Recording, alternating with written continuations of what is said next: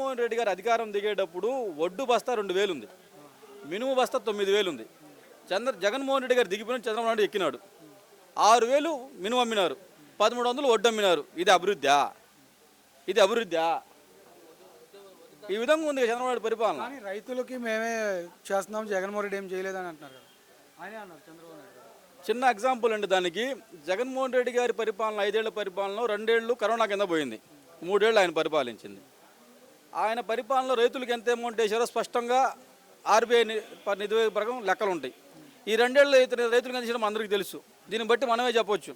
ఈరోజు ఆయన టీడీపీ చంద్రబాబు నాయుడు సామాజిక వర్గం ప్రజలే చెప్తా ఉన్నారు. ఇప్పటికి మాతో కానీ చెప్పాడు పెద్ద ఆయన, అయ్యా ఎలాగో ప్రైవేటీకరణ మెడికల్ ఇచ్చేస్తున్నారు కదా, కొంచెం మా రైతుల గురించి కూడా చేయండి, ఒడ్డు రాబోతా ఉంది, ఒక నెలలో రేటు లేదు, దీని మీద కూడా చేయమని చెప్తా ఉన్నారు. దీన్ని బట్టి మనకు అర్థమవుతుంది కదా సార్, వీళ్ళు రాజమౌళి సెట్టింగ్లు తప్ప పని చేసే నాయకులు కాదు.